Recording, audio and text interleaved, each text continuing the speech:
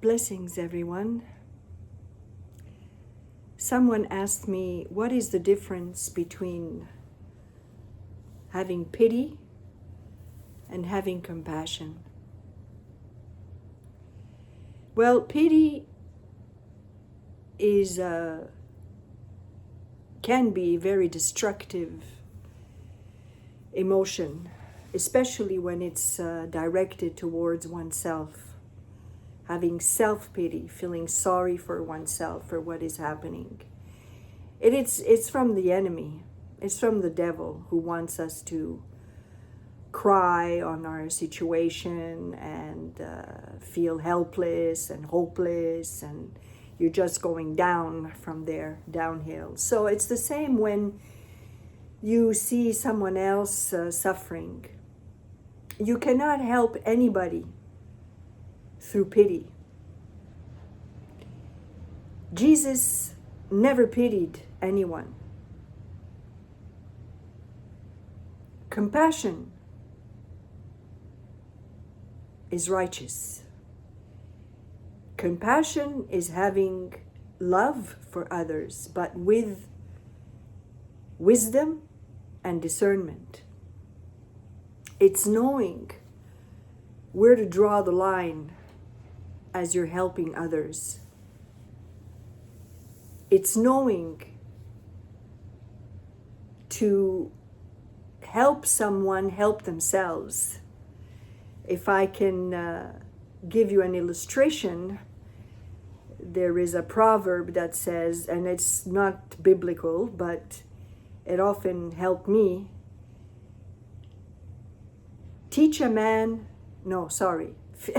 Give a man a fish and he will eat for one day. Teach him how to fish and he will feed himself for the rest of his life and his family. That's compassion. Compassion is building others up, encouraging others up, giving them the tools, the resources, the guidance. It's not doing it for them. You understand? Pity.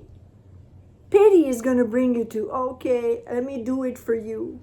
And what happens is those kind of people who drain that from you, they are themselves pitying themselves. Oh, I'm so miserable. Nobody helps me. I don't have any money anymore. I don't have this. Please, can you do this for me? It's very sad, but there's a lot going on like that. So if you fall into that trap, you will never end in triumph and victory, because all that's going to accomplish is you're going to deplete yourself, you're going to get exhausted,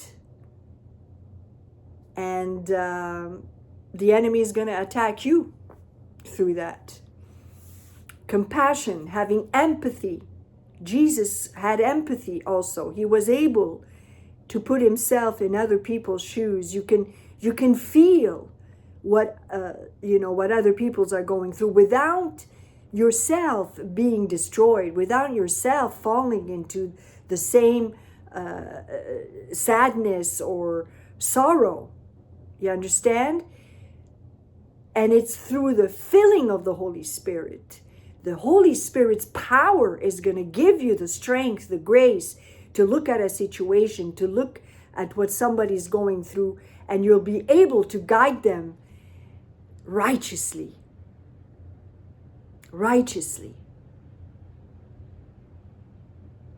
and encourage them, lift them up. You understand the difference? So stay away from pity. Work on compassion. Work first of all in building yourself up in the strength of the Holy Spirit. We're not called to go and help all the needy people out there. Jesus didn't do that. He always waited for the Father to guide him. A perfect example of that is the beggar at the feet of the temple. For 3 years, Jesus passed by. And he would just give him money. He would tell Judas to give him money, but he never healed him. Why? He could have. If he had taken pity on him, he would have. No, because the Father didn't tell him to heal him. The Father had another plan. Years later, when Peter walked by, he healed him. And thanks to that, thousands of Jews came to Christ, you see? So always seek the wisdom of the Father. Lord, what do you want me to do in this situation? What do you want me to do with this person? Don't allow yourself to be manipulated. This is another trick of the devil. He will use people like that to manipulate you, to make you feel sorry for them. And then you start feeling guilty because you didn't help them. And trust me, he will use their language. They will tell you, because I went through it. Oh, you call yourself a Christian? And you don't want to help me? I need money. You have money. Why don't you give me money? If you're a true Christian, you will do that. If you love me, you will do that.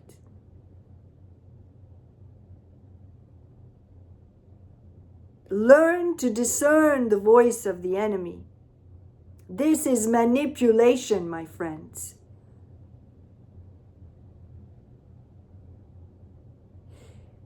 You cannot help anyone who doesn't want to help themselves. I've lived it with my own siblings. I have a sister who's very ill. I tried to help her with her diet, with exercising, with prayer. I gave it my best shot. But after many attempts, she fell back into her old habits, into her old ways, and is in the same rotten situation.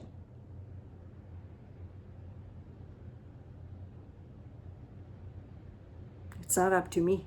It's up to her. You cannot help someone who will not help themselves. You can lead the horse to the water, but you cannot make him drink. You can give the tools. You can show them how to use the tools, but you cannot use them in their place. So if people are not willing to make the effort to do the work they're supposed to do to better improve their lives, you've done your part and you have no business feeling guilty whatsoever.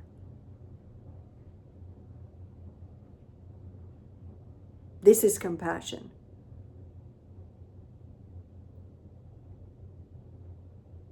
I hope my definition, my explanation has helped you to understand the difference between pity and compassion and empathy and mercy even.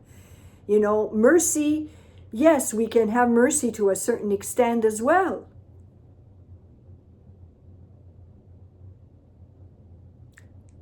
But wisdom and discernment must always be a priority. Pray, my friends, that the Holy Spirit gives you that discernment, that wisdom, and you will know what to do in the future. God bless you.